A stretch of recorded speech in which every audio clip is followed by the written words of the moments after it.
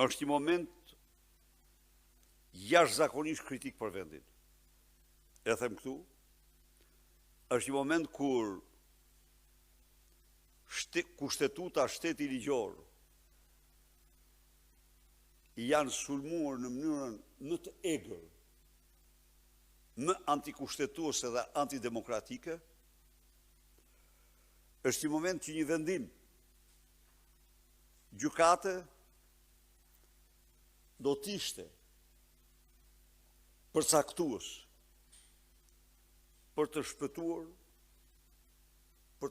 nga vdekja e sigurt klinike e funksionimit e ligjit në Shqipëri. Se çfarë do vendosin ata nuk mund të them.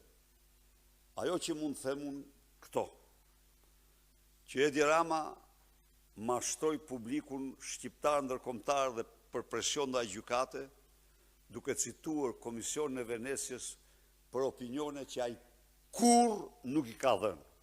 Të nxjerr, hajde dalim sonte në media, edhe të nxjerr ku i ka.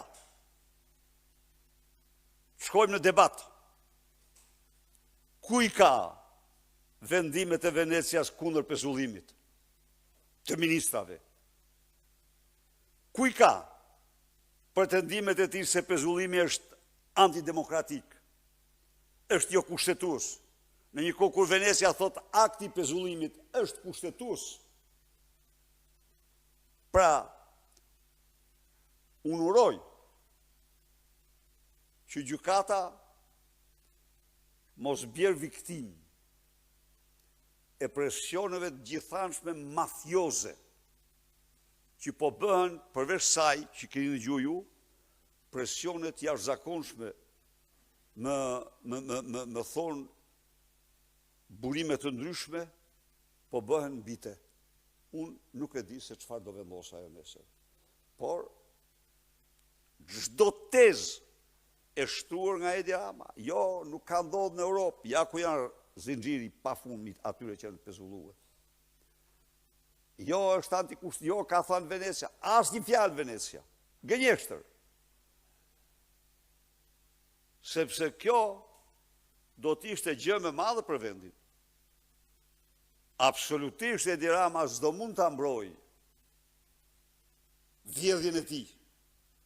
E garantoj që nuk do mund të mbrojë vjedhjen e tij.